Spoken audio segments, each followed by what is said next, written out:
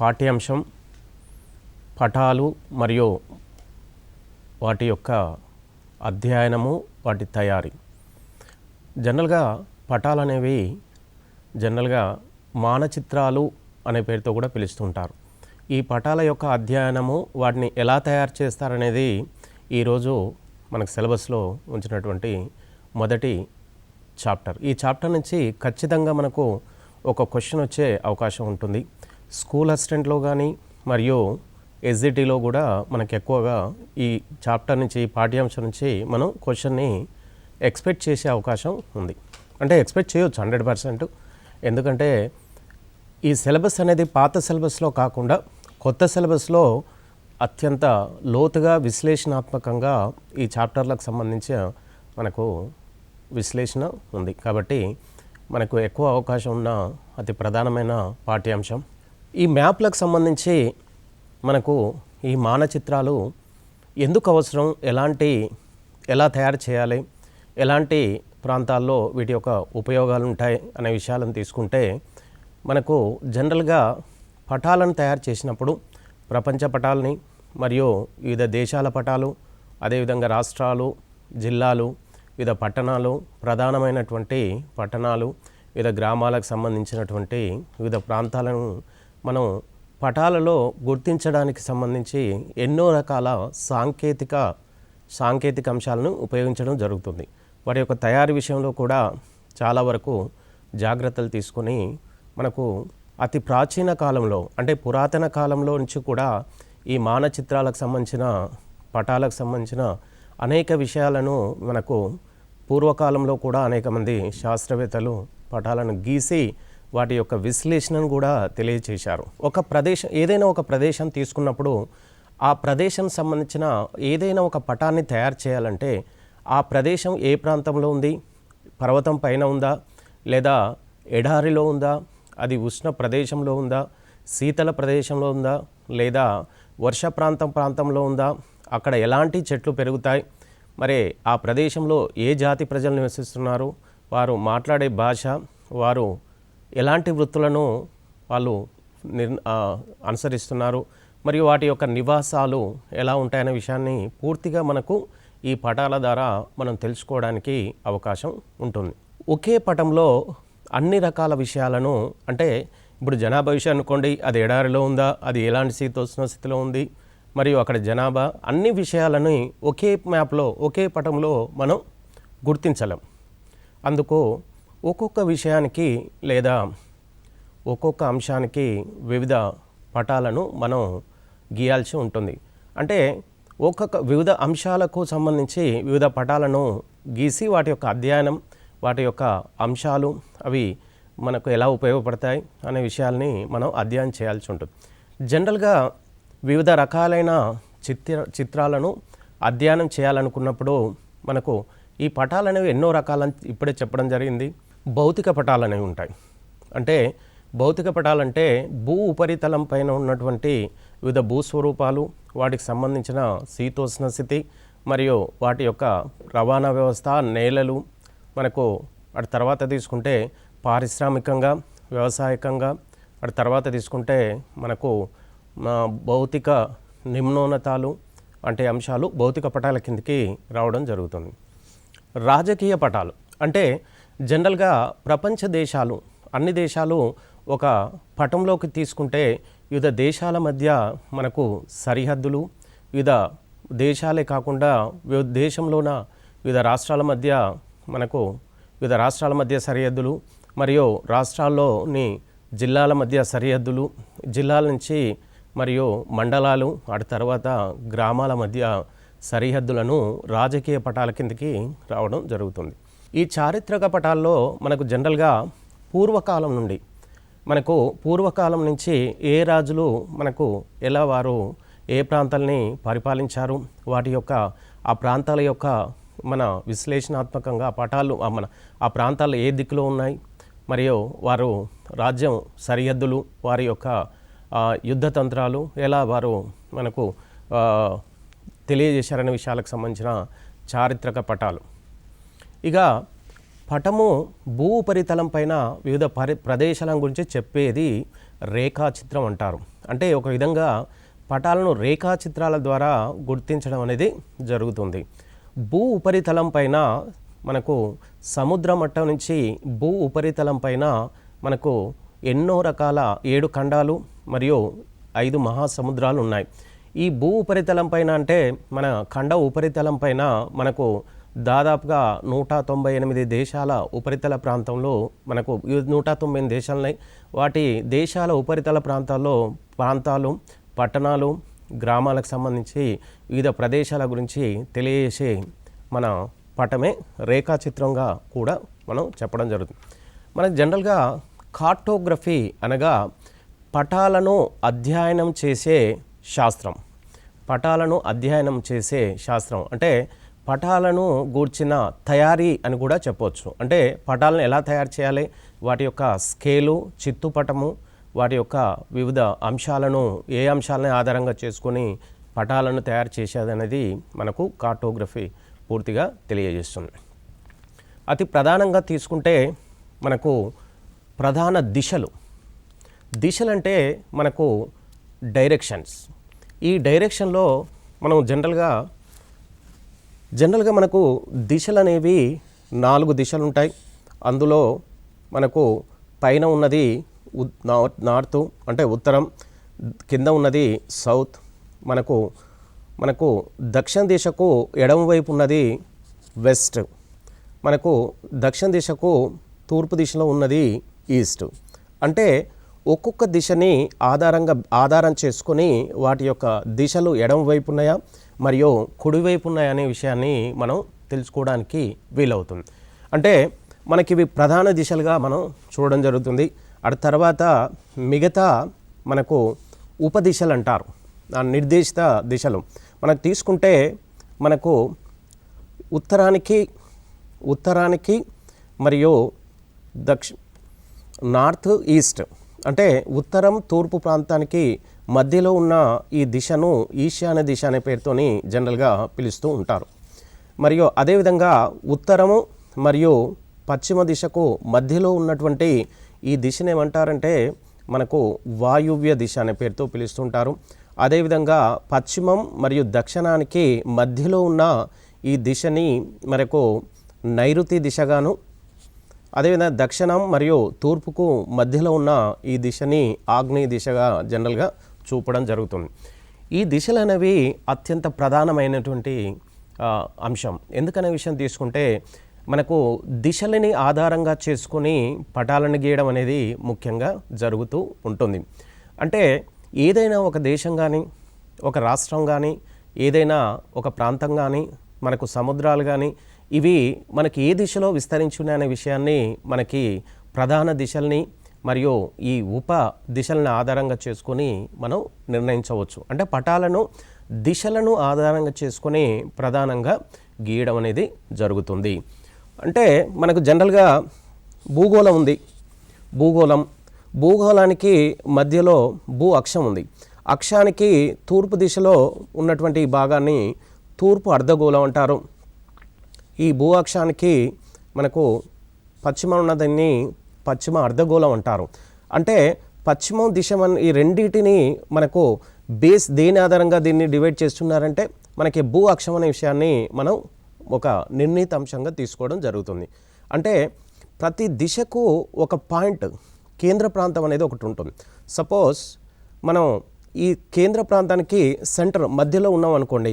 ఈ మధ్యలో ఉత్తరం దిశలో ఉండి మనకు పశ్చిమ వైపున మనం ఈ కేంద్ర స్థానంలో ఉండి దిశలకు మధ్యస్థానంలో ఉండి మనకు ఉత్తరం వైపు చూస్తున్నాము అనుకోండి. ఇలా మనం ఉత్తరం వైపు చూస్తున్నప్పుడు మనకు ఎడమ వైపున ఏ దిశ ఉంది అనే అంశాన్ని మనం తెలుసుకోవడానికి పశ్చిమ దిశ ఉంది. అదేవిధంగా ఉత్తరం వైపు చూసినప్పుడు మనకు కుడివైపున ఏ దిశ ఉందంటే ఈశాన్య అంటే ఈస్ట్ అంటే తూర్పు ప్రాంతం. మనం అదేవిధంగా సపోజ్ మనం కేంద్ర స్థానం నుంచి దక్షిణం వైపు చూస్తున్నాం అనుకోండి. అలాంటప్పుడు మనకు పశ్చిమ వైపు దక్షిణ వైపు చూసినప్పుడు ఎడమ వైపున ఏ దిశ ఉందంటే మనకు తూర్పు వస్తుంది. అదేవిధంగా మనకు దక్షిణ వైపు చూస్తున్నప్పుడు కుడివైపు వస్తుందంటే వెస్ట్రన్ సైడ్ అంటే పశ్చిమ దిశ. అంటే ఇలా మనం ఏ వైపు తిరిగి ఉన్నామనేది ఆధారంగా చేసుకొని మన ఎడమ వైపు ఉన్నామా, కుడివైపు ఉన్నామా, ఉత్తరాన ఉన్నామా, దక్షిణాన ఉన్నామా అనే అంశాలని ఆధారంగా చేసుకొని మనం దిశలను బట్టి మనకు వివిధ రకాల ఆర్థమెటిక్ సంబంధించి రీజనింగ్ సంబంధించినటువంటి ఎన్నో అంశాలను వీటి ఆధారంగా తెలుసుకోవచ్చు. అదేవిధంగా మనకు మన భారతదేశంలో ఈశాన్య దిశలో ఉన్నటువంటి రాష్ట్రాలు ఎన్ని అన్నాడు అనుకోండి, అవి మొత్తం 7 రాష్ట్రాలు. ఈ 7 రాష్ట్రాలు ఏ దిశలో ఉన్నాయంటే ఈశాన్య దిశలో ఉన్నాయి. ఈశాన్య దిశలో ఉన్నటువంటి 7 రాష్ట్రాలు అవి ఏంటంటే ఏ దిశలో ఉన్నాయని మనకు ప్రపంచ పటం మన భారతదేశ పటం తీసుకొని ఈశాన్య వైపు మనకు అకార్డింగ్ టు మ్యాప్ ప్రకారం వెళ్తే మనకు 7 రాష్ట్రాలని మనం ఎక్యురేట్గా సరిగ్గా మనం పాయింట్అవుట్ చేయడానికి వీలవుతుంది. అదేవిధంగా మనకు ఆ తెలంగాణ రాష్ట్రం ఉంది. తెలంగాణ రాష్ట్రము మనకు ఏ దిశలో ఉంది అన్నాడు అనుకోండి, మనం ఎలా తెలుసుకుంటాం? దక్షిణ దిశలో తెలంగాణ రాష్ట్రం విస్తరించి ఉంది. దక్షిణ దిశలో మనకు ఉపదిశకు వచ్చామనుకోండి, ఉపదిశకు వచ్చేసరికే తెలంగాణ రాష్ట్రము మనకు బంగాళాఖాతం వైపుకు కొంత భాగం వంగి ఉంటుంది. అంటే తెలంగాణ రాష్ట్రము బంగాళాఖాతం వైపుకు వంగి ఉంటుంది అనే విషయం తీసుకుంటే, ఈ తెలంగాణ రాష్ట్రము మనకు దేనికి దగ్గరగా ఉందంటే బంగాళాఖాతం సముద్రానికి అతి దగ్గరగా ఉంది. అంటే ఏంటి, మనకు తెలంగాణ ఏ దిశకు దగ్గరగా ఉందనే విషయాన్ని తీసుకుంటే ఆగ్నేయ దిశకు దగ్గరగా ఉందనే విషయాన్ని మనం తెలుసుకోవడానికి ఈ పటాలు అనేవి ఎన్నో రకాలుగా ఉపయోగపడుతూ ఉంటాయి. అంటే ఈ దిశలను ఆధారంగా చేసుకొని ప్రపంచంలో దాదాపుగా 100కు 100% పటాలను తయారు చేయడానికి ఈ దిశలను ప్రామాణికంగానే తీసుకొని మనకు పటాలు తయారు చేయడానికి ఉపయోగించుకోవడం అనేది జరుగుతుంది. దిక్సూచనగా దిక్కులను తెలుసుకుంటూ ఉపయోగించే పరికరం. అంటే మనకు వివిధ దిశలని మరియు వాటి యొక్క ఉపదిశలను తెలుసుకోవడానికి ప్రామాణికంగా దిక్సూచిని ఉపయోగిస్తూ ఉంటారు.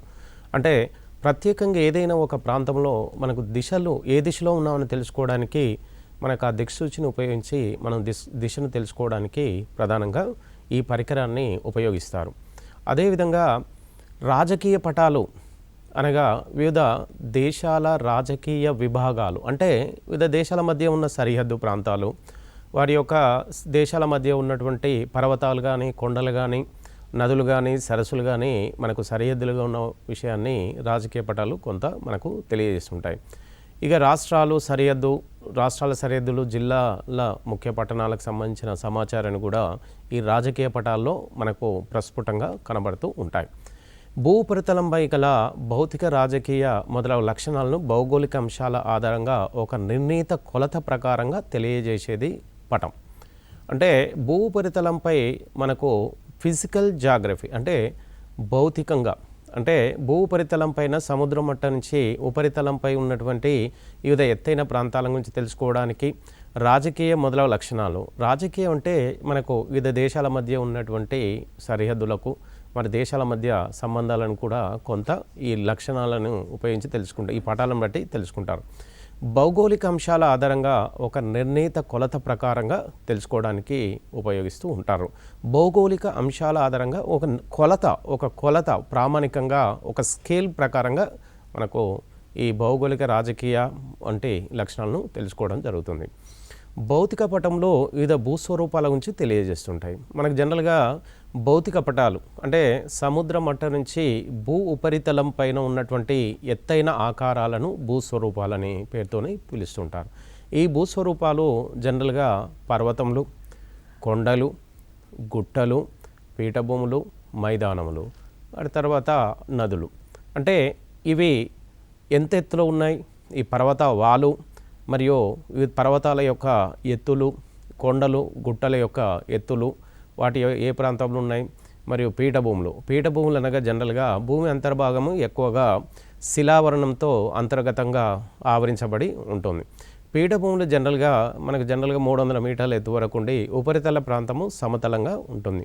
ఇక మైదానం అంటే జనరల్గా సముద్ర మట్టం నుంచి 150 మీటర్ల ఎత్తు వరకు ఎక్కువగా మైదానాలు మనకు నదీ పరిసర ప్రాంతంలో, తీర ప్రాంతంలో ఎక్కువగా ఈ మైదానాలు ఏర్పడి ఉంటాయి. అటు ప్రపంచంలోనే అతిపెద్ద మైదానంగా గంగా, సింధు, బ్రహ్మపుత్ర మైదానాన్ని తీసుకోవచ్చు. అంటే నదీ ప్రవాహ ప్రాంతాలను కూడా అవి పల్ల ప్రాంతం నుంచి ఎత్తైన ప్రాంతాల నుంచి పల్ల ప్రాంతంలోకి ప్రవహించే ప్రాంతంలో మనకు ఎక్కువగా అవి ఏ ప్రాంతాల నుంచి ఎలాంటి జలపాతాలు లోయల నుంచి వెళ్తున్నాయి అనే విషయాన్ని కూడా ఈ భౌతిక పటాల ద్వారా మనం తెలుసుకోవచ్చు. జనరల్గా స్కేల్ అంటే పటాలను తయారు చేసే విధానంలో స్కేల్ని ప్రామాణికంగా వాడుతూ ఉంటారు. అంటే జనరల్గా స్కేల్ అనేది పటాలను తయారు చేసే క్రమంలో అనగా ఏదైనా ఒక పటాన్ని తయారు చేయాలి అనుకున్నప్పుడు ఆ ప్రాంతం ఒక సమతల ప్రాంతం ఉందనుకో, ఏదైనా ఒక ప్రాంతం ఉంటే ఆ ప్రాంతం ఒక ప్రాంతం నుంచి మరొక ప్రాంతానికి అంటే రెండు ప్రాంతాల మధ్య దూరము ఏదో చాలా ఎక్కువ దూరం ఉందనుకోండి, ఆ దూరాన్ని పటంలో మనం మొత్తం అంత దూరాన్ని పటంలో గీయలేం. అలాంటప్పుడు ఏం చేస్తారంటే ఆ ఒక స్కేల్ అనే ప్రామాణికం తీసుకుంటారు. అంటే రెండు ప్రాంతాల మధ్య 1 కిలోమీటర్ దూరం ఉందనుకోండి, దాన్ని జనరల్గా పటాలలో 1 సెంటీమీటర్కు సమానంగా 1 కిలోమీటర్ దూరాన్ని తీసుకొని మనం పటాలను గీయడానికి మనకు ఉపయోగిస్తూ ఉంటారు. అంటే 1 కిలోమీటర్ని 1 సెంటీమీటర్ దూరాన్ని మనం సమానంగా అంటాం. అంటే 1 కిలోమీటర్ దూరాన్ని 1 సెంటీమీటర్కు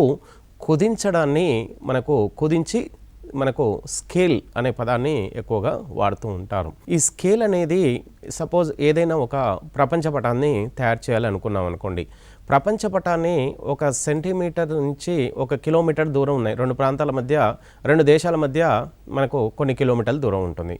ఆ దూరాలని మనం పటంలో పూర్తిగా గీయడానికి అంత అనుకూలంగా, అంటే ఆ దూరం మనం అంత పటంలో గీయడానికి అనుకూలంగా ఉండదు. కాబట్టి ఏం చేస్తామంటే ఆ దూరాన్ని తగ్గించడానికి స్కేల్ అనే ఒక అతి తక్కువ దూరాన్ని ఉపయోగించడాన్ని స్కేల్ అంటారు. ప్రపంచ పటం గీయాలనుకున్నప్పుడు 1 సెంటీమీటర్ని 1 కిలోమీటర్ దూరంతో సమానంగా గీయడం జరుగుతుంది.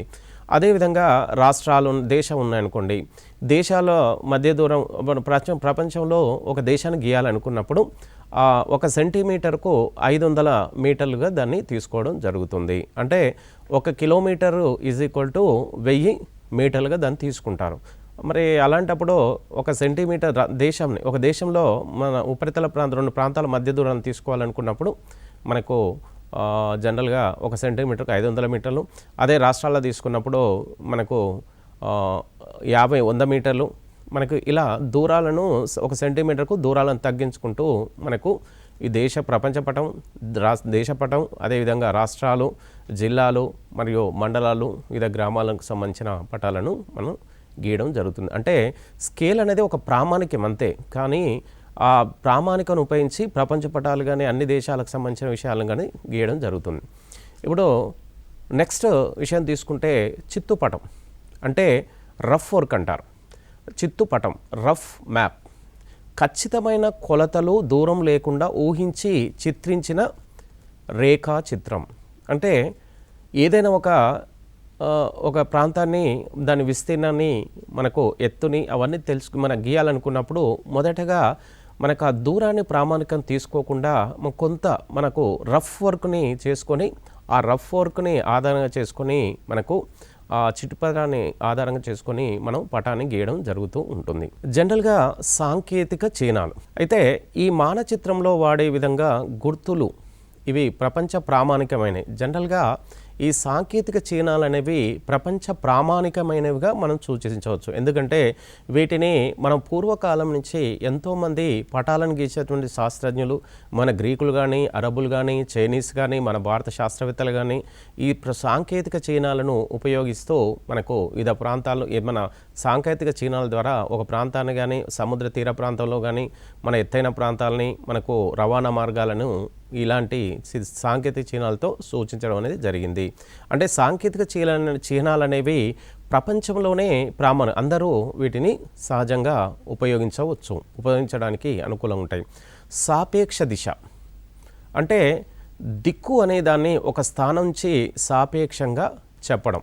అంటే మనం ఏదైనా ఒక ప్రాంతంలో ఉన్నామనుకోండి, సాపేక్షంగా మనం ఇక్కడ ఉన్నామనుకోండి, మనకి ఈ ప్రాంతం నుంచి మనకు ఈ దిశలో మనం ఈ ప్రాంతం ఉన్నాము, ఈ ప్రాంతం నుంచి మనం ఈ దిశలో ఉన్నాము. ఈ దిశని ఎలా చెప్తుంటాము, మనకు ఈ దిశకు ఆపోజిట్లో ఉన్నాం, మనం ఈ సైడ్ నుంచి మనకు ఈశాన్య దిశలో ఉన్నాము. అనే విషయాన్ని సాపేక్ష దిశ అనే విషయాన్ని తెలియజేస్తుంటుంది. ఈ దిశకు మనం ఉన్న దిశకు దక్షిణాన ఉన్నాయనుకోండి, మరి దీని ఏమంటారు? దక్షిణం అంటారు. అంటే ఇలా సాపేక్ష దిశని ఆధారంగా చేసుకొని మనకు పటాలను గీయడానికి అనుకూలంగా ఉంటాయి. ఇక విషయ సంబంధ పటం, ఒక అంశాన్ని విషయాన్ని తెలిపే పటం.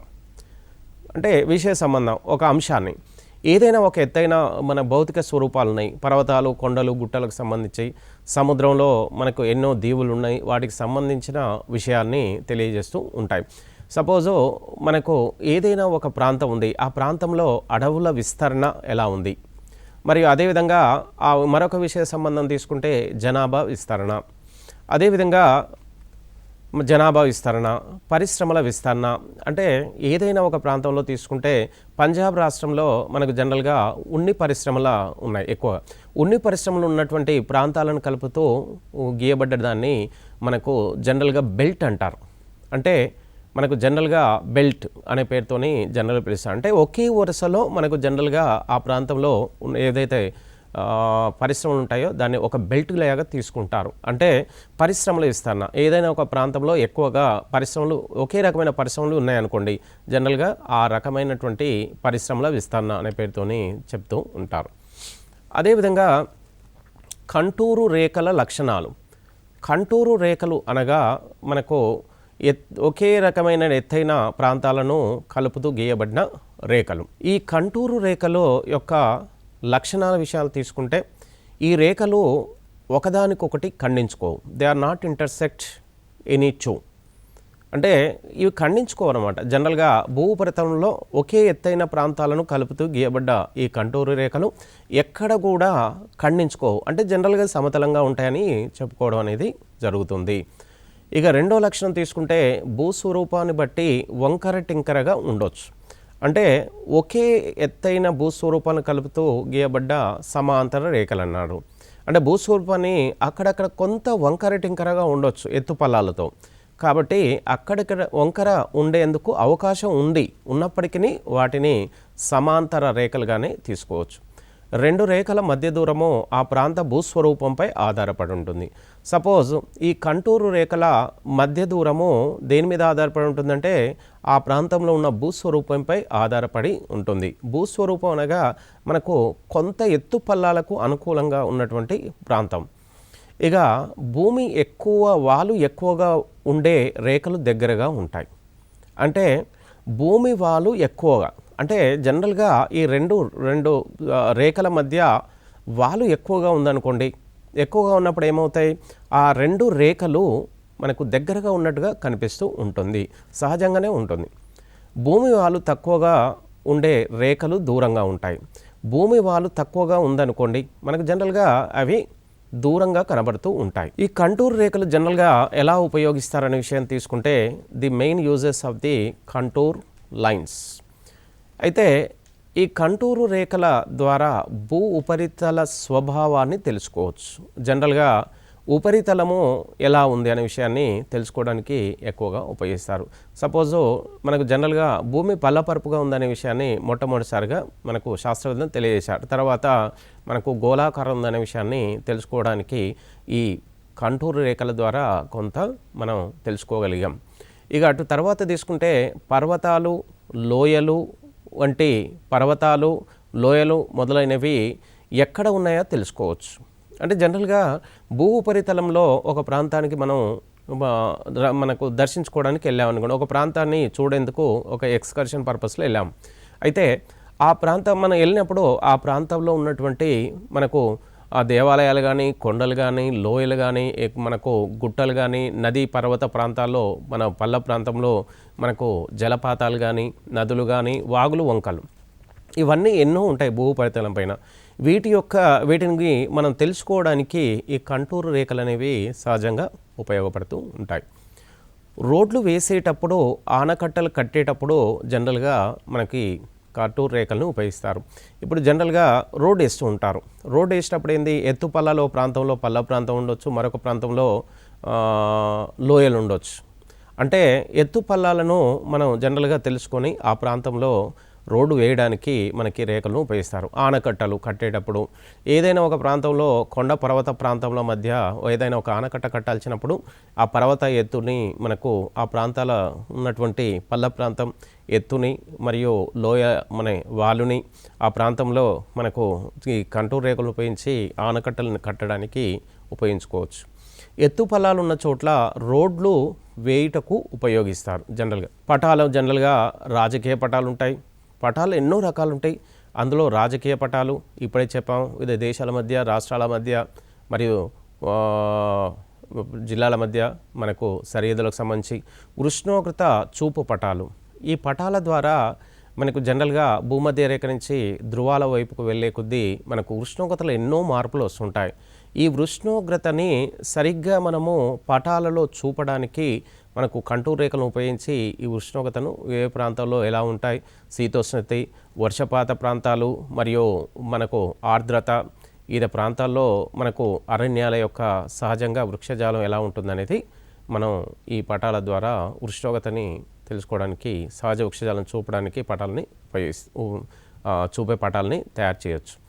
ఇక రవాణా సౌకర్యాల పటాలు అంటే రవాణా సౌకర్యాల పటాలనగా మనం రవాణాకు సంబంధించి మనకు మన ప్రపంచ పటంలో కానీ మనకు ఈ దేశ పటాల్లో కానీ రాష్ట్రాల్లో కానీ రవాణా పటాలు తయారు చేయడానికి మనకు జనరల్గా కంటూరు రేఖలను ఉపయోగించి కూడా మనకు రవాణా పటాలని తయారు చేయొచ్చు. అంటే మనకు పటాల్లో రవాణా సౌకర్యాల పటాలని ఉంటాయి. పంటల పటాలు ఏ ప్రాంతంలో ఏ నెలలు ఉన్నాయి, మనకు ఒండ్రు నేలలు ఎక్కడున్నాయి, ఎర్ర నేలలు ఎక్కడున్నాయి, మనకు నల్ల నేలలు ఎక్కడున్నాయి అనేవి కూడా కొంత ఈ పటాలలో కొన్ని పాయింట్అవుట్ సాంకేతిక మనకు ప్రమాణాలను ఉపయోగించి పంటలు పండే ప్రాంతాలను, పంటలు పండని ప్రాంతాలను, బంజరు భూముల్ని తెలుసుకోవడానికి పటాలు ఉపయోగిస్తున్నారు. సముద్ర ప్రవాహాలను చూపు పటాలు అంటే ఈ సముద్రాలు అంటే హిందూ మహాసముద్రంలో మనకు జనరల్గా అరేబియా సముద్రం, బంగాళాఖాతం వంటి ఈ ప్రాంతాల్లో తీరరేఖ కలిగినటువంటి ఈ మూడు అంటే బంగాళాఖాతం, అరేబియా సముద్రం మరియు హిందూ మహాసముద్రం తీరరేఖ కలిగినటువంటి ఈ భారతదేశం మన తీర ప్రాంతంలో సముద్ర ప్రవాహాలను చూపు పటాలని తయారు చేయడానికి పటాలను ఉపయోగిస్తారు. ఇక అదేవిధంగా జనాభా పటాలు. జనాభా ఏ ప్రాంతంలో అత్యధికంగా ఉంది, ఏ ప్రాంతంలో జనసాంద్రత ఎక్కువ ఉంది, ఏ దీవులలో జనాభా ఎక్కువ ఉంది, ఏ దేశంలో ఎక్కువ ఉంది, మరి అక్కడ జనాభా అత్యధికంగా ఉండడానికి మరి కారణాలేంటి అంశాలని ఈ జనాభా పటాల ద్వారా తెలుసుకోవచ్చు. నేలల పటాలు. ఇక జనరల్గా ఏ ప్రాంతంలో సహజంగా నేలలు అత్యధికంగా ఉపయోగపడే నేలలు ఉన్నాయి, బంజరు భూములు ఉన్నాయి. ఈ నేలలో పండే పంటల్ని మరి ఆ ప్రాంతంలో ఉన్నటువంటి రైతుల స్థితిగతుల్ని, సామాజిక సాంఘిక స్థితిగతులను కూడా మనకు ఈ పటాలను ఉపయోగించి తెలుసుకోవచ్చు. ఖనిజ సంపద చూపు పటాలు. అయితే భూమి అంతర్భాగంలో మనకు జనరల్గా ఖనిజ సంపద అనేది మనకు ఉంటుంది. ఈ ఖనిజాల భూ అంతర్నిర్మాణంలో మనకి ఖనిజాలను ఎక్కడికి ఏ ప్రాంతంలో ఏ ఖనిజాలు ఉన్నాయి, మరి ఆ ఖనిజాలు ఏ శిలల మధ్య విస్తరించి ఉన్నాయి అంటే మనకు ఆ ప్రాంతాలేంటి, ఏ ప్రాంతాల్లో ఏ ఖనిజం ఉన్నాయి. భారతదేశంలో మన చోటా నాగపూర్ పీఠభూమి ఉంది. ఈ పీఠభూమి ప్రాంతంలో అత్యధిక ఖనిజ సంపద ఉంది. అంటే అక్కడ ఆ ప్రాంతంని మనం రౌండప్ చేస్తూ ఈ ఖనిజ సంపద అత్యధికంగా ఇక్కడ ఉందనేది ఈ పటంలో మనం చూపించడానికి అనుకూలంగా ఉంటుంది. అదేవిధంగా మనకు తెలంగాణ ఉంది. తెలంగాణలో గోండువాన బొగ్గు అత్యధికంగా ఉత్తర తెలంగాణ రాష్ట్రంలో మనకు అత్యధికంగా లభిస్తుంది. ఈ ప్రాంతంలో ఈ జిల్లాల్లో అంటే ఖమ్మం కానీ, వరంగల్ కానీ, కరీంనగర్ కానీ, ఆదిలాబాద్, నిజామాబాద్లో అత్యధికంగా ఖనిజ సంపద ఉన్నట్టుగా మనం గుర్తించేందుకు ఈ పటాలని ఉపయోగించవచ్చు. వర్షపాతం చూపు పటాలు అంటే ఏ ప్రాంతంలో మన భారతదేశంలో కానీ ప్రపంచంలో ఏ ప్రాంతాల్లో అత్యధిక వర్షపాతం పడుతుందనేది చూపించేందుకు మనకి పటాల ద్వారా మన ఆ ప్రాంతాలని చూపించేందుకు అనుకూలంగా ఉంటాయి. చారిత్రక పటాలు అంటే ప్రపంచంలో చారిత్రక పటాలు అంటే మనకు ప్రాచీన కాలంలో కానీ మధ్య భారతదేశ చరిత్రలో కానీ మనకు సంబంధించినటువంటి ఏ రాజులు ఎలా పరిపాలించారు, ఏ ప్రాంతాలు ఎవరి ఆధీనంలో ఉన్నాయనేది పటాల ద్వారా మనకు తెలియజేసుకో. ఎత్తులను చూపు పటాలు అంటే ఎత్తైన ప్రాంతాలు, కొండలు, పర్వతాలను చూపేందుకు కూడా మనకు పటాలని ఉపయోగిస్తూ ఉంటారు. ఇక స్కెచ్ అంటారు. అంటే 1 సెంటీమీటర్ని 1 కిలోమీటర్గా చూపిస్తూ మనకు ఒక స్కెచ్ గీసి పటాలను తయారు చేయడం అనేది ఇది స్కెచ్ పటాలు అంటారు. అంటే 1 కిలోమీటర్ అంటే 1000 మీటర్లకు 1 కిలోమీటర్తో సమానం అవుతుంది. అంటే ఏదైనా ఒక పటం తయారు చేసేటప్పుడు అత్యధిక దూరాన్ని అతి తక్కువగా కుదించి మనం దాదాపుగా 1 సెంటీమీటరు అంతకన్నా తక్కువగా కూడా తీసుకొని మనకు పటాలని తయారు చేయడం అనేది జరుగుతుంది. ఇక జనరల్గా ప్రపంచ పటం, ఈ ప్రపంచ పటాన్ని తయారు చేయాలంటే 1 సెంటీమీటర్కు 1000 మీటర్లు అంటే 1 కిలోమీటర్ దూరాన్ని తీసుకొని ప్రపంచ పటాన్ని స్కెచ్ల ద్వారా స్కెచ్ చేసి దీన్ని తయారు చేస్తూ ఉంటారు. అదేవిధంగా ప్రపంచ పటంలో దేశపటం గీయాలనుకున్నాం, అయితే అప్పుడు 1 సెంటీమీటర్కి ఏం చేస్తామంటే మన 500 మీటర్లు అనే ఈ మధ్య దూరాన్ని కుదిస్తారు. 1 సెంటీమీటర్కి 500 మీటర్ల దూరాన్ని కుదించి దేశపటాలను తయారు చేయడం. అదేవిధంగా రాష్ట్రపటం తయారు చేసేటప్పుడు 1 సెంటీమీటర్కు 50 మీటర్లు, జిల్లా పటం తీసుకున్నప్పుడు 1 సెంటీమీటర్కు 10 మీటర్లు, గ్రామ పటం తీసుకున్నప్పుడు 1 సెంటీమీటర్కు 5 మీటర్లుగా తీసుకొని మనం జనరల్గా పటాలను తయారు చేయడం అనేది జరుగుతుంది. ఇక తెలంగాణ రవాణా సౌకర్యాల్లో తీసుకుంటే మనకు రాష్ట్ర సరిహద్దు, ఫస్ట్ రాష్ట్ర సరిహద్దు, దీనికి సంబంధించిన పటం ఎలా ఉంటుందనే విషయాన్ని తీసుకుంటే మనకు జనరల్గా ఇలా ఒక బ్లాక్ ఇక తర్వాత ఆ బ్లాక్ మధ్యన ఇలా ఒక 2 పాయింట్లు ఉంటాయి, మళ్ళీ మరొక బ్లాక్, ఈ బ్లాక్ నుంచి మరొక 2 ఇలా మనకు ఈ గుర్తు సాంకేతిక గుర్తు అంటారు, సాంకేతిక చిహ్నాలు కన్వెన్షనల్ అంటారు, అయితే కన్వెన్షనల్ సైన్స్ అంటారు. అంటే రాష్ట్ర సరిహద్దులను ఏ గుర్తు సాంకేతికంతో సూచిస్తారంటే మనకు ఈ సాంకేతికం ద్వారా రాష్ట్ర గుర్తుని చూపించడం జరుగుతుంది. రెండవది జిల్లా రహదారి, ఈ జిల్లా రహదారిని మనకు జనరల్గా ఇలా చుక్కల ద్వారా ఇలా గీతల ద్వారా ఇలా చూపిస్తే దీన్ని జిల్లా రహదారిగా మనం చెప్పడం జరుగుతుంది. ఇక జనరల్గా జాతీయ రహదారి అంటే నేషనల్ హైవేస్ని జనరల్గా కొంచెం వెడల్పుగా 2 రేఖల్లాగా ఇలా చూపిస్తే దాన్ని జనరల్గా మనకు జాతీయ రహదారి. ఇక రాష్ట్ర రహదారి విషయాన్ని తీసుకుంటే మనకు రాష్ట్ర రహదారిని జనరల్ ఒక బ్లాక్ లాగా అంటే మనకు వెడల్పు కొంచెం తక్కువగా ఉన్న ఒక బ్లాక్ లాంటిది అనమాట. 5వది తీసుకుంటే ఇతర ముఖ్య రహదారులను తీసుకుంటే ఇతర ముఖ్య రహదారులని మామూలుగా ఒక రేఖలాగా ఇలా పొడవుగా చూపించవచ్చు. ఇక 6వది తీసుకుంటే రైలు మార్గాన్ని మనకు జనరల్గా ఈ ఒక బ్లాక్ లాగా కాకుండా కొంచెం కిందికి పైకి కొంచెం వాలుగా ఉన్నట్టుగా తీసుకుంటే దీన్ని రైలు మార్గం. విమాన మార్గాన్ని మనకు జనరల్గా ఇలా కొంత మధ్యన వైట్ బ్లాక్ ఇస్తూ ఇలా విమాన మార్గాన్ని మనం తెలియజేయవచ్చు. అంటే జనరల్గా మనకు రాష్ట్ర సరిహద్దు, జిల్లా సరిహద్దు, జాతీయ రహదారి, రాష్ట్ర రహదారి, ఇతర ముఖ్య రహదారులు, రైలు మార్గం, విమాన మార్గం అంటే రవాణా సౌకర్యాలకు సంబంధించి ట్రాన్స్పోర్ట్ సంబంధించినటువంటి వివిధ సాంకేతిక చిహ్నాలు అంటారు. అంటే ఇక్కడ తెలంగాణ రవాణా సౌకర్యాలని చెప్పడం జరిగింది. మరి అన్ని రాష్ట్రాల్లో కూడా అన్ని దేశాల్లో కూడా దాదాపుగా ఎక్కువగా సాంకేతిక చిహ్నాలను వాడుతూ ఉంటారు. ఏవైతే ఇప్పుడు చెప్పామో ఆ చిహ్నాలనే ప్రామాణికంగా ప్రపంచంలో అన్ని దేశాల్లో అన్ని ప్రాంతాల్లో వీటిని తీసుకోవడానికి మనకు ముందు నుంచి తీసుకోవడం జరుగుతూ ఉంటుంది. అంటే ఇవి ఎప్పటి నుంచో ప్రపంచ ప్రామాణికమైన ఈ గుర్తులకు సంబంధించి సౌకర్యాలు ఇవి ప్రపంచ ప్రామాణికం కాబట్టి మనకు దాదాపుగా అన్ని ప్రాంతాల్లో ఇవి తీసుకుంటారు. అదేవిధంగా తెలంగాణ రవాణా సౌకర్యాన్ని పెట్టడానికి కారణం ఏంటంటే మనకు ఎక్కువగా తెలంగాణ రిలేటెడ్ ఉంటుందనే విషయాన్ని మనం తీసుకొని చెప్పడం జరుగుతూ ఉంటుంది. ఇక ఐసోలైన్స్ అనగా ఒకే రకమైన ఎత్తు పల్లాలను కలిగిన ప్రదేశాలను కలిపి ఉంచే రేఖలు. అంటే మరి ఏదైనా ఒక ఉపరితల ప్రాంతంలో మనకు ఎత్తు పల్లాలు అనేవి సహజంగా ఉంటాయి. జనరల్గా ఎత్తు పల్లాలు అంటే కొన్ని ప్రాంతాల్లో ఎత్తు ఉంటాయి, కొన్ని ప్రాంతాల్లో పల్ల ప్రాంతాలు మనకు జనరల్గా సహజంగా ఉంటూ ఉంటాయి. అంటే ఈ ఎత్తు పల్లాలని సహజంగా ఉన్న ఈ ఎత్తు పల్లాలను కలుపుతూ మనకు కలిపే ప్రాంతాలను కలిపి ఉంచే రేఖలు అంటారు. అంటే ఈ ఎత్తు పల్లాలను ఎలా ఉన్నాయనే విషయాన్ని పూర్తిగా తెలుసుకోవడానికి ఐసోలైన్స్ అనే ఈ రేఖల్ని ఉపయోగిస్తూ ఉంటారు. ఇక సాంప్రదాయ సంకేతాలు అంటే వీటిని పూర్వకాలం నుండి పటాల తయారీదారులు తమ సౌలభ్యం కోసం కొన్ని గుర్తులను ఉపయోగించేవారు. వారు వాటినే సాంప్రదాయ సాంకేతాలు. అంటే ప్రాచీన కాలం నుంచి, అంటే మనకు గ్రీకులు అనుకోండి, అరబ్బులు అనుకోండి, అటు తర్వాత తీసుకుంటే లాటిన్, ఈ దేశస్తులకు సంబంధించి అతి పురాతనమైన కాలం నుంచి మనకు పటాలను తయారు చేస్తూ ఉన్నారు.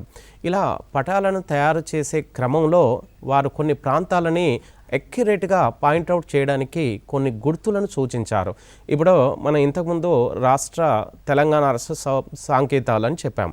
అంటే అలాంటికి సంబంధించినటువంటి కొన్ని సాంకేతిక ప్రామాణిక అంశాలను, సాంకేతిక గుర్తుల్ని, అంటే సైన్ని గుర్తించడానికి ఉపయోగించేవారు.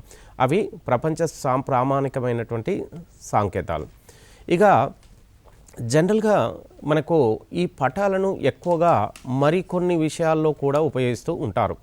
యుద్ధ సమయంలో సైన్యానికి, ఎయిర్ ఫోర్స్ వారికి పటాల ఆవశ్యకత అనేది అత్యధికంగా ఉంటుంది. జనరల్గా యుద్ధ సమయంలో మనకు సైన్యం ఉంది, ఎయిర్ ఫోర్స్ యుద్ధానికి సంబంధించిన, ప్రపంచంలో వేరే ఏదైనా దేశంతో మనకు యుద్ధం వచ్చిందనుకోండి, ఆ ప్రాంతంలో ఏ ప్రాంతంలో అయితే యుద్ధం వస్తుందో ఆ ప్రాంత భౌగోళిక స్థితి, రాజకీయ స్థితి, ఆ ప్రాంతాల యొక్క వాలు మరియు ఎత్తైన ప్రాంతాలు, కొండ ప్రాంతాలు, మరి ఆ ప్రాంతంలో శీతోష్ణ స్థితి, ఆ ప్రాంతంలో ఉన్నటువంటి ఉపరితల ప్రాంతంలో మరియు అంటే మనకు ఎన్నో అంశాలని తెలియజేసేందుకే మన యుద్ధం వచ్చినప్పుడు పటాలని ఉపయోగించుకుంటూ ఉంటారు. ఇక జనరల్గా అంతరిక్షంలోకి ప్రవేశపెట్టేటువంటి కృత్రిమ ఉపగ్రహాల ద్వారా తీయబడ్డ భూ ఉపరితల ఛాయాచిత్రాలే ఉపగ్రహ ఛాయాచిత్రాలు. అంటే జనరల్గా మనం ఏదైనా ఒక ప్రాంతంలో ఉపరితలంలో మనం అక్యురేట్గా, సాధారణంగా, సహజంగా ఏదైనా ఒక పటాన్ని తయారు చేయాలనుకున్నప్పుడు మనకు భూ ఉపరితలం నుంచి మన కృత్రిమ ఉపగ్రహాలని మనకు అంతరిక్షంలోకి ప్రవేశపెడుతూ ఉంటాం. ఈ కృత్రిమ ఉపగ్రహాల ద్వారా మనకు ప్రవేశపెట్టే ఆ ఉపగ్రహాలు మనకు అంతరిక్షం నుంచి కొన్ని రకాల ఉపరితల ప్రాంతానికి సంబంధించినటువంటి ఎన్నో రకాలటువంటి మనకు ఛాయాచిత్రాలను భూ ఉపరితలంకి పంపిస్తూ ఉంటుంది.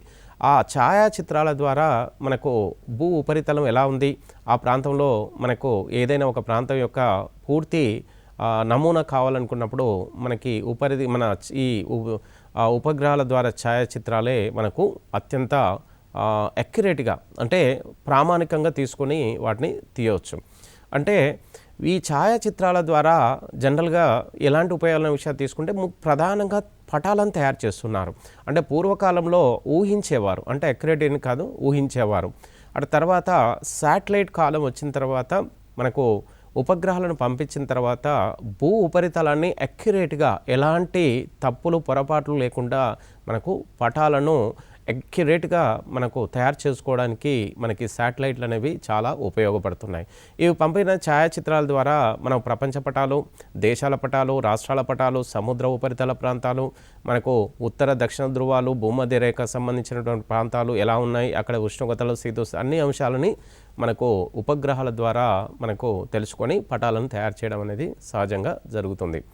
ఇక ఈ పటాల తయారీ కాకుండా ఈ మనకు శాటిలైట్ ద్వారా వచ్చినటువంటి ఛాయాచిత్రాల ద్వారా ప్రణాళికల రూపకల్పన, ఏదైనా ఒక ప్రాంతంలో ఉన్నది, ఆ ప్రాంతంలో ఒక ప్రణాళిక రూపొందించి ఆ ప్రాంతంలో మనకు ఆ ప్రాంతాలని మనకు అభివృద్ధి చేయడానికి కూడా ప్రణాళికను రూపకల్పన చేయడానికి ఇవి ఉపయోగిస్తున్నాయి.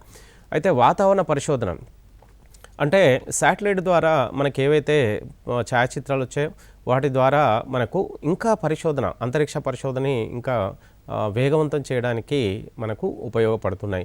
అటవీ సంరక్షణ, ఏదైనా ఒక ప్రాంతంలో అటవీ సంరక్షణ ఉందనుకోండి, అటవీ ప్రాంతం ఎక్కువ ఉందనుకోండి, ఆ ప్రాంతంలో అటవీ సంరక్షణని తగ్గించకుండా ఇంకా పెంచుకోవడానికి, అటవీ సంరక్షణ తక్కువ ఉందనుకోండి, ఏదైనా ప్రాంతంలో అటవీ సంరక్షణ అంటే అటవీ విస్తీర్ణం తక్కువ ఉందనుకోండి, ఆ ప్రాంతంలో మనకు అడవులను పెంచుకోవడానికి మరియు వాటి యొక్క సంరక్షణకు కూడా మనకు ఉపయోగిస్తాం.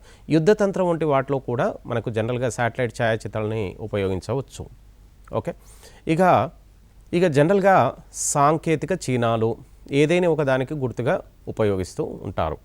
అంటే మనకు జనరల్గా ఈ సాంకేతిక చిహ్నాలు అనేవి ప్రపంచ ప్రామాణికమైనవిగా మనం జనరల్గా చూడవచ్చు. ఇక అటు తర్వాత తీసుకుంటే ఈ సాంకేతిక చిహ్నాలు అనేవి పూర్వకాలం నుంచి కూడా ప్రామాణికంగానే తీసుకోవడం జరుగుతుంది. ఇప్పుడు జనరల్గా సాంకేతిక చిహ్నాల్లో అతి ప్రధానంగా మనకు తార్ రోడ్ ఉందనుకోండి, తార్ రోడ్ని జనరల్గా ఎలా చూపిస్తారు? ఈ సాంకేతిక చిహ్నాన్ని విషయాన్ని తీసుకుంటే తార్ రోడ్ని ఈ గుర్తుతో, ఈ సాంకేతికంతో చూపిస్తూ ఉంటారు. ఇక తర్వాత తీసుకుంటే రెండవది మట్టి రోడ్డు. మట్టి రోడ్డుని జనరల్గా రెండు వైపులా కొంత గ్యాప్ ఇచ్చుకుంటూ ఇలా మట్టి రోడ్డుని సూచించడం జరుగుతుంది. ఇక తర్వాత తీసుకుంటే కాలిబాట. మనం జనరల్గా వాకింగ్కి వెళ్తూ ఉంటాం, వాకింగ్ కానీ జనరల్గా నడుచుకుంటూ వెళ్తుంటాం. అంటే కచ్చా రోడ్ల టైప్ అనమాట. చెట్లు చేమలు రెండు వైపులు ఉంటాయి. అటు తర్వాత అవి మనకు కాలిబాట వైపున తీసుకొని వెళ్తే ఇక్కడ కొంత గ్యాప్లో పంటి ఇలా కొంత ఉండడం పల్ల ప్రాంతం ఉండి కొంత గుంతలు అలాంటివి ఉంటే ఈ గుర్తుతో చూపిస్తూ ఉంటారు. ఇక బండ్లబాట. బండ్లబాట అంటే మనకు బండ్లని ఎడ్లను కట్టించి బండ్లని మనకు ఏదైనా మనకు లగేజ్ని ఒక ప్రాంతం నుంచి మరొక ప్రాంతానికి సంతలు కానీ అటు ఇటు తీసుకెళ్ళడానికి మనకు జనరల్గా బండ్ల బాటని ఉపయోగిస్తుంటారు. ఈ బండ్ల బాట అనేది సహజంగా కొంత ఎత్తుపల్లాలు తక్కువగా ఉండి ఒక లైన్ లాగా ఇలా ఉండడం జరుగుతుంది. ఇక పశువుల బాట అంటే పశువులు ఎలాంటి కంపా చెట్లైనా ఎలాంటి ప్రాంతం నుంచా కూడా జనరల్గా పశువులు అనేవి ప్రయాణిస్తూ ఉంటాయి. అంటే ఈ పశువులకు జనరల్గా సహజంగా ఏంటంటే ఎక్కువ గ్యాప్ మనకు జనరల్గా కాలిబాటతో పోల్చుకుంటే ఇక్కడ కొంత ఎక్కువ గ్యాప్ అన్నమాట. ఇక్కడ చూడండి, బండ్లబాట మనకు ఈ కాలిబాటకు బండ్లబాటకు మధ్యన కొంచెం తేడా ఉంటుంది. ఈ రెండింటి మధ్య, ఈ రెండు సింబల్ల మధ్య మనకు తేడా అనేది ఉంటుంది. ఇక గని అంటే మైన్. ఇక మైన్ అనే దాన్ని జనరల్గా ప్రపంచ ప్రామాణికంగా తీసుకుంటే ఒక బ్లాక్ అన్నమాట. ఒక రౌండ్ ఒక వృత్తాన్ని గీసి దాంట్లో మొత్తం బ్లాకిష్ అంటే నలుపు ఉంటుంది అంట. బ్లాక్లో ఉంటే దాన్ని ఒక గనిగా చూపిస్తూ ఉంటారు. గని అనేది జనరల్గా లోపల చీకటి ఉంటుంది. దాన్ని దాదాపుగా ప్రపంచంలో అత్యధికంగా లోతైన గనులను తీసుకుంటే అవి దాదాపుగా 7 కిలోమీటర్ల, మనం 4 కిలోమీటర్ల వరకు అంటే ఎక్కువ లోతులోకి గని 4 కిలోమీటర్ల కంటే ఎక్కువ లోతులో ప్రపంచంలో ఇప్పటివరకు గనిని తోవడం అనేది జనరల్గా జరగలేదు. ఇక తర్వాత తీసుకుంటే చర్చ్ జనరల్గా తెలిసిన విషయమే. చర్చ్ అనేది జనరల్గా దాని ఆకారం తీసుకుంటే పైన ఒక శిలవలాగా ఉండి కింద ఒక ఎంట్రన్స్ గేట్ లాగా ఉంటుంది. దీన్ని చర్చ్ అంటారు. ఇక మస్జిద్ విషయాన్ని తీసుకుంటే జనరల్గా పైన బురుజులు ఉన్నట్టుగా మనకు కనబడుతుంది. చూడండి, ఇక్కడ బురుజులు పైన ఇలా ఒక రూఫ్ లాగా ఉండి పైన ఒక బురుజు అనమాట. బురుజు పైన ఇలా ఒక బురుజు, మరి ఇటువైపున ఒక బురుజు, ఇలా రెండు బురుజులు ఉండి పైన ఒక హట్ లాగా కింద ఒక ఎంట్రన్స్ అలాంటి వాటిని ఉంటే దీన్ని మస్జిద్ అంటారు. ఇక జనరల్గా దేవాలయం అనేది మనం జనరల్గా ప్రతిరోజు ఎక్కడో ఒక చూస్తుంటాం కాబట్టి మనకు పైన ఒక గుమ్మటంలాగా గోపురంలాగా ఉండి పైన ఒక జెండా కట్టేందుకు అనుకూలంగా ఒక కట్టె ఏదో ఒకటి ఉన్నట్టుగా మనకు కనబడుతుంది. ముఖద్వారం, దేవాలయం వెళ్ళడానికి ముఖద్వారం ఒకటి జనరల్గా ఇలా ఉంటుంది. ఇక దీపస్తంభం తీసుకుంటే ఇక జనరల్గా ఈ దీపస్తంభం అనేది చదరంగంలోని మనకు ఏదైతే ఆట వస్తువులు ఉంటాయో దానిలో కొంచెం ఉండి కొంచెం పైన ఇలా క్రాస్ ఇంటూ రూపంలో ఉంటే దీన్ని దీపస్తంభం అంటారు. ఇక వంతెన తీసుకుంటే జనరల్గా ఒక వంతెన ఉందనుకోండి, అంటే డ్యామ్. మన డ్యామ్ నుంచి మనకు ఇటువైపు నుంచి కొంత మనం ఇక్కడి నుంచి ఒక రహదారి, ఇక్కడి నుంచి రోడ్డు ఉన్నట్టుగా ఈ రోడ్ల నుంచి 4 కూడల నుంచి ఈ 4 ప్రాంతాల నుంచి మనకి డ్యామ్ మీదకు ఒకే వరుసలో వచ్చి ఇలా ఒక ప్రాంతం నుంచి మరొక ప్రాంతానికి వెళ్ళేందుకు అనుకూలంగా ఉంటుంది. ఇక డ్యామ్ జనరల్గా మనకి వంతెన. ఇక ఆనకట్ట అంటే కట్ట అనేది మనకి జనరల్గా ఏ ఆకారం ఉంటుందంటే మనకి ఈ ఒకవైపున రిజర్వాయర్ ఉంటుంది. అంటే మనకు జనరల్గా రిజర్వాయర్కు నది ప్రవాహం ఉన్నప్పుడు మనకు ఒక ఆనకట్ట కట్టినప్పుడు అక్కడ నీటిని నిల్వ ఉంచుతాం. ఆ నిల్వ ఉంచిన నీటిని మనకు నీటి పెరిగి ఎక్కువగా నీటి నిల్వ జరిగినప్పుడు వర్షం నీరు కానీ అలాంటివి ఎక్కువ వచ్చినప్పుడు ఆ నీటిని మనకు కింది ప్రాంతంలోకి వదిలేయడానికి మనకు జనరల్గా ఈ సింబల్ని చూపిస్తూ ఉంటాం. ఇక తర్వాత అడవి అంటే ఫారెస్ట్. జనరల్గా అడవిని జనరల్గా సింబల్గా స్టేట్ ఫారెస్ట్ అంటారు. అంటే రాష్ట్ర అడవులు అనే విధాన్ని స్టేట్ ఫారెస్ట్. విశ్రాంతి గృహము అంటే రెస్ట్ హౌస్ అంటారు. రెస్ట్ హౌస్ అంటే విశ్రాంతి గృహాన్ని జనరల్గా RH చూపిస్తారు, అంటే రెస్ట్ హౌస్. ఇక గ్రామ త్రికూడలి అంటే ఏదైనా ఒక గ్రామం ఉంది, ఆ గ్రామ ప్రజలు అప్పుడప్పుడు వచ్చి జనరల్గా ఈవినింగ్స్ ఉదయం సాయంత్రంలో ఒక కూడలిలో సమావేశం అవుతూ ఉంటారు. అలా సమావేశం అయ్యే ఆ కూడలి ఆ ప్రాంతాన్ని జనరల్గా ఇలా చూపిస్తూ ఉంటారు. ఇది కూడలి యొక్క సింబల్. ఇక తర్వాత తీసుకుంటే మరొక సాంకేతిక ప్రమాణం పందిరి. పందిరి అనేది మనకు పెండ్లిలలో కానీ మనకు మామిడి ఆకుల ద్వారా ఇలా పందిరి అనేది నిర్మిస్తూ ఉంటారు. దీన్ని పందిరి అనే గుర్తుతోని చూపిస్తూ ఉంటారు. ఇక తర్వాత తీసుకుంటే దీపపు ఓడ. దీపపు ఓడ. ఇప్పుడు దీపపు ఓడని మనకు జనరల్గా ఒక ఓడలాగా తీసుకొని ఒక దీపంలాగా ఉంటుంది. ఇలా దీపంలాగా ఉంటుంది దీపపు ఓడ. ఇక తర్వాత తీసుకుంటే మనకు కోట. కోటని జనరల్గా సహజంగా మనకు ఇలా ఇలా రెండు వైపులు వేస్తూ ఇలా కోటకు సింబల్ ఇది జనరల్గా ఇలా తీసుకొని ఇలా వేస్తూ ఉంటాం. ఇది కోట సింబల్. ఈ కోటని ఈ సింబల్తోని సాంకేతిక ప్రమాణంతో చూపిస్తూ ఉంటారు. ఇక తర్వాత తీసుకుంటే చెరువు. చెరువు అనేది జనరల్గా ఇలా ఈ వైపున ఇలా ఉంటుంది, ఆ వైపున ఇలా ఉంటుందని ఒక డైరెక్షన్ని ఖచ్చితంగా ఎక్యురేట్గా చూపించలేం. కాబట్టి చెరువుని ఒక కొంచెం అటు ఇటు అయిన చెరువుని ఈ విధంగానే చూపించడం అనేది సహజంగా జరుగుతుంది. ఇక సొరంగ మార్గం. ఏదైనా కొండ పర్వత ప్రాంతం కొండలు పర్వతాలు ఉన్నాయనుకోండి, ఆ కొండ అంతర్భాగం నుంచి ట్రెంచ్ అనమాట ఒక సొరంగాన్ని తవ్వినప్పుడు దాని గుర్తు ఇలా చూపించడం జరుగుతుంది. ఇక మనకు జనరల్గా గేజెస్, రైల్వే డిపార్ట్మెంట్లో ఎన్నో రకాల గేజెస్ ఉంటాయి. ఆ గేజెస్ అంటే రెండు పట్టాల మధ్య ఉన్నటువంటి ఆ దూరాన్ని గేజ్ అంటారు. అయితే broad gauge, metre gauge, narrow gauge, light narrow gauge వంటి ఎన్నో రకాల గేజులు ఉంటాయి. అయితే మనకు పట్టాల మధ్య అత్యంత ఎక్కువ వెడల్పు ఉంటే దాన్ని బ్రాడ్ గేజ్ అంటారు. ఈ బ్రాడ్ గేజ్ సింబల్ని మనం జనరల్గా ఇలా చూపిస్తూ ఉంటారు. ఇది బ్రాడ్ గేజ్ సింబల్ కిందకి జనరల్గా రావడం జరుగుతుంది. ఇక మీటర్ గేజ్ తీసుకుంటే మనకు జనరల్గా ఒక లైన్ గీసి పైన ఇలా మనకు అడ్డంగా ఒక గీత గీసి నిలువుగా చిన్న చిన్న గీతల్ని ఇలా ఒక ప్యారలల్గా గీయడం జరుగుతుంది. అయితే అటు తర్వాత తీసుకుంటే మనకు అరటి చెట్టు. మనకి ఇంటిపాదిలో మనకు ఇంటి వెనకాల ముందు కానీ మన గ్రామాల్లో పట్టణాల్లో అక్కడక్కడ మనకు అరటి చెట్లు అనేవి జనరల్గా సహజంగా కనబడతాయి. ఈ అరటి చెట్టుని ఈ సింబల్తోని జనరల్గా చూపిస్తూ ఉంటారు. ఇక తాటి చెట్టు అంటే మనకు అత్యంత ఎత్తులో ఉంటాయి. ఊరుకు బయటి ప్రాంతంలో బంజరు భూమిలో మనకు ఊరి అవతల్లో ఎక్కువగా ఉంటాయి. ఇక అరటి చెట్టుని తాటి చెట్టుని ఇలా గీతలు గీస్తూ ఒక రౌండ్గా గీస్తూ మనకు తాటి చెట్టు ఉంటుంది. ఇక బావి అంటే మనకు ఓపెన్ వెల్స్ ఇలా మనకు ఒక వృత్తాకారంలో గీయబడి జనరల్గా ఉంటుంది. ఇక వృత్తాకారంలో కాకుండా ఒకవైపు కొంచెం ఒక స్ట్రైట్ లైన్ లాగా ఉంటూ మనకు మామూలుగా వృత్తం లాగానే కొంత అటు ఇటు కనబడుతూ ఉంటుంది. ఊటబాయ్ అంటే జనరల్గా ఇంకా ఎక్కువ నీరు నిలవలేకుండా వర్షం వచ్చినప్పుడే కొంత నీరు వచ్చి చేరితే దాన్ని ఊటబావి అంటారు. నూనె బావి అంటే ఆయిల్ వెల్ అంటే క్రూడ్ ఆయిల్ అంటే ముడి చమురు ఏదైనా మనకు పెట్రోల్ కానీ డీజిల్ గురించి కానీ మనకు అవన్నీ వెలికి తీయాలనుకున్నప్పుడు మనకు జనరల్గా మనకు బావులు ఉంటాయి, ముడి చమురు బావులు. ఈ ముడి చమురు బావులు మనకు జనరల్గా ఎలా ఉంటాయంటే ఒక సర్కిల్ లాగా ఉండి ప్లస్ గుర్తుతో దీంట్లో ఉంటాయి. శ్మశానానికి సంబంధించి ఇక జనరల్గా మనకు ఎన్నో గుర్తులు అనేవి సహజంగా శ్మశాన గుర్తులు ఇలా ఉంటూ ఉంటాయి. ఇక శ్మశానం గుర్తు.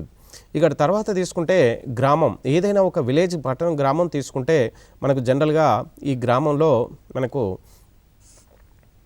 ఇలా ఇండ్లు అనుకోండి, హౌజెస్. అటు తర్వాత మరొక పెద్ద ఇల్లు. అంటే ఇలా ఇండ్లు అనేవి సహజంగా మనకు గ్రామంలో గుడిసెలు కానీ చిన్న చిన్న అటు కానీ అటు తర్వాత ఇలా ఉంటూ ఉంటాయి. దీని యొక్క పక్కనే ఏదైనా చెరువు ఉందనుకోండి గ్రామంలో, ఆ చెరువులో దీని యొక్క ప్రతిబింబం అనేది సహజంగా కనబడుతూ ఉంటుంది.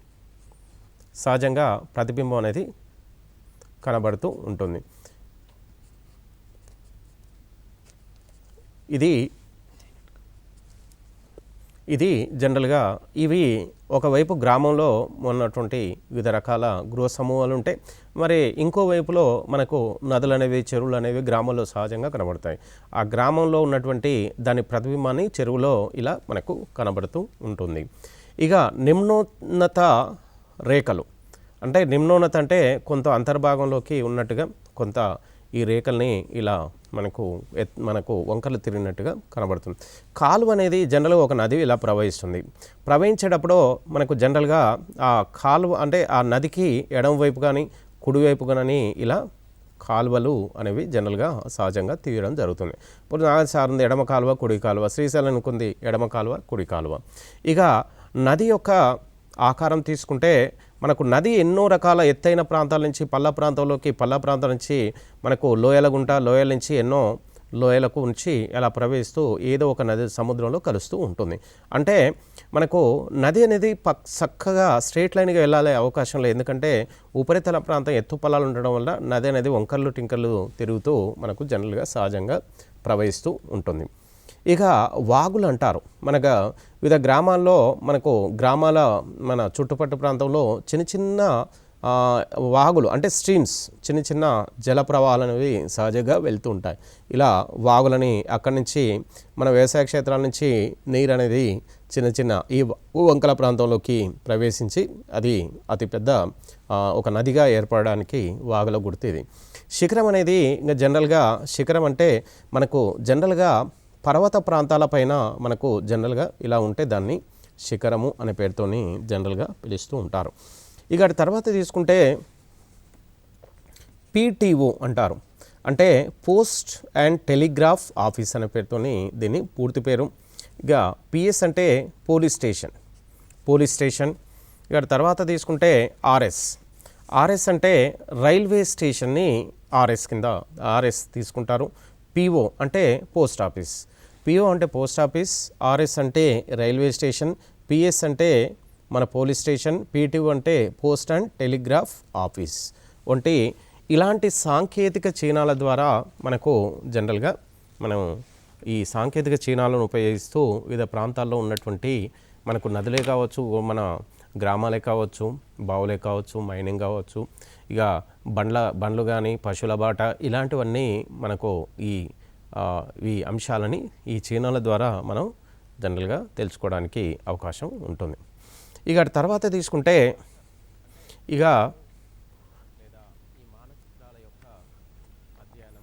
ఇక నెక్స్ట్ మనకి పటాలలో ప్రధానంగా రాగలిగినటువంటి క్వశ్చన్ తీసుకుంటే ఎక్కువగా ఇప్పటి వరకు మనకు సాంకేతిక చిహ్నాలు ఇక ఈ చాప్టర్ అంటే పటాలు లేదా ఈ మానచిత్రాల యొక్క అధ్యయనం తయారీకి సంబంధించి ఈ చాప్టర్లో మనకు ప్రధానంగా రాగలిగినటువంటి క్వశ్చన్ తీసుకుంటే ఎక్కువగా ఇప్పటి వరకు మనకు సాంకేతిక చిహ్నాలను ఎలాంటి ఏ అంశాలకు ఏ గుర్తుకు ఎలాంటి సాంకేతిక చిహ్నాలను వాడాలి అనే విషయాన్ని ఒకటి గుర్తుపెట్టుకొని ఉంటే సరిపోతుంది.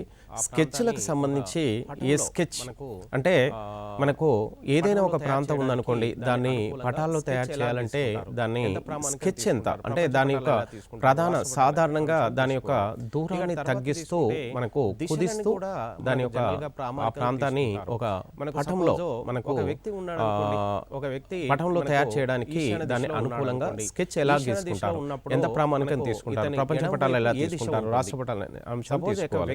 ఇక తర్వాత తీసుకుంటే దిశలని కూడా మనకు జనరల్ గా ప్రామాణికం తీసుకుంటారు. మనకు సపోజ్ ఒక వ్యక్తి ఉన్నాడు అనుకోండి, ఒక వ్యక్తి మనకు ఈశాన్య దిశలో ఉన్నాడు అనుకోండి, ఈశాన్య దిశలో ఉన్నప్పుడు మనకు ఇతని ఎడమ వైపు ఏ దిశ ఉంటుంది అంటే సపోజ్ ఒక వ్యక్తి ఈశాన్య దిశలో వైపు చూస్తున్నాడు సంబంధించి అయితే ఈశాన్య దిశ చూసేటప్పుడు మనకు ఆ వ్యక్తికి ఎడమ వైపున ఏ దిశ మన ఈ దిశలు అనే అంశాన్ని మనం తెలుసుకోవాలంటే ఉత్తర దిశ ఉంటుంది. అదే విధంగా కుడివైపు చూసామనుకోండి తర్వాత తీసుకుంటే మనకు తూర్పు దిశ ఉంటుంది. అంటే మనకు జనరల్గా ఎన్నో అంశాలను మనం మన రీజన్ సంబంధించి అంటే ఒక్కొక్క పటం ఒక అంశాన్ని తెలియజేస్తుంది. సపోజ్ ఒకటి రాజకీయ పటాలని మన ఈ దిశలను భూస్వరూపాలకు సంబంధించిన పటము, రవాణాకు సంబంధించినటువంటి పటాలు, తర్వాత తీసుకుంటే వివిధ అంశాలకు సంబంధించి వివిధ పటాలు ఉంటాయి. సపోజ్ ఒక్కొక్క భూస్వరూపాలకు సంబంధించిన పటం అన్నాడు అనుకోండి, ఫిజికల్ మ్యాప్ అన్నాడు అనుకోండి, అంటే ఆ ఫిజికల్ మ్యాప్ అన్నప్పుడు మనకు వివిధ ప్రాంతంలో ఉన్నటువంటి ఎత్తైన ప్రాంతాలు, నదులు కానీ, పర్వత ప్రాంతాలు, వాలులు, లోయలు వంటి పీఠములు వంటి అన్ని అంశాలు దాంట్లో ఉంటాయి. అంటే మనకు రాజకీయ పటం అనుకోండి, సాంఘిక పటం అనుకోండి, సామాజిక పటాలు కూడా తయారు చేయడం అనేది జరుగుతుంది. వివిధ పంటల ప్రాంతాలు అంటే మన పంటల ప్రాంతాలు ఇలాంటివన్నీ అంశాలను ఎత్తైన ప్రాంతాలు జరుగుతూ ఉంటుంది. ఇక జనరల్ గా ఈ పటాల తయారీకి మనం జనరల్ గా మనకు అంతరిక్షం సంబంధించినటువంటి ఛాయాచిత్రాలు అంటే ఉపగ్రహాల ద్వారా వచ్చే ఛాయాచిత్రాలని ఎక్కువగా ప్రామాణికంగా తీసుకోవడం జరుగుతూ ఉంటుంది. ఈ పటాలు అనేవి అతి ప్రధాన మనం ఉద్దేశం ఏంటనే తీసుకుంటే ఏదైనా యుద్ధ సమయంలో ఏదైనా ఒక ప్రాంతంలో ఉన్నటువంటి మనకు ఆ ఉపరితల ప్రాంతం అనేది కొంత అవగాహన ఉండాలి. ఎంత యుద్ధంలో సైనికులకు ఆ ప్రాంతంలో ఉన్నటువంటి ఉపరితల ప్రాంతం అవగాహనకే ఈ పటాలని ఎక్కువగా ఉపయోగపడుతూ ఉంటాయి. అదేవిధంగా మనకి పటాల ద్వారా మనకి వివిధ ప్రాంతాల్లో ఉన్నటువంటి జనాభా అనుకోండి, ఆ జనాభాలు ఏ ప్రాంతం ఎడారిలో ఉన్నాయా, శీతోష్ణత ఎలా ఉంటుంది అనే విషయాన్ని కూడా తెలుసుకోవడానికి మనకు జనరల్ గా ఈ పటాలను ఉపయోగించడం జరుగుతూ ఉంటుంది. అయితే ఏదైనా ఒక ప్రాంతం ఉందనుకోండి, ఒక ప్రాంతంలో జనసాంద్రత ఎక్కువ ఉందనుకోండి, లేదా జనాభా ఎక్కువ ఉందనుకోండి, ఆ జనాభా ఎక్కువ ఉందని ఎలా తెలియజేస్తారనే విషయాన్ని మనకి పటాల్లో మనకు వివిధ సాంకేతిక అంశాలను ఉపయోగిస్తూ మనకు ఆ పటంలో గుర్తించడం జరుగుతుంది. ఏదైనా ఒక ఖనిజాలు అత్యధికంగా ఉన్న ప్రాంతం ఉన్నాయనుకోండి, ఖనిజాలు పల్ల ప్రాంతంలో ఉన్నాయి, ఏమైనా ఎత్తైన ప్రాంతం పీఠభూమి ప్రాంతంలో అత్యధికంగా ఖనిజాలు ఉంటాయి. ఆ పీఠభూమి యొక్క గుర్తుని ప్రామాణిక చేసుకొని ఆ గుర్తు ఆ చిహ్నాన్ని ఉపయోగిస్తూ ఆ ప్రాంతంలో ఖనిజాలు ఇలా ఉంటాయనే విషయాన్ని గుర్తిస్తూ చెప్పడం అనేది జరుగుతూ ఉంటుంది.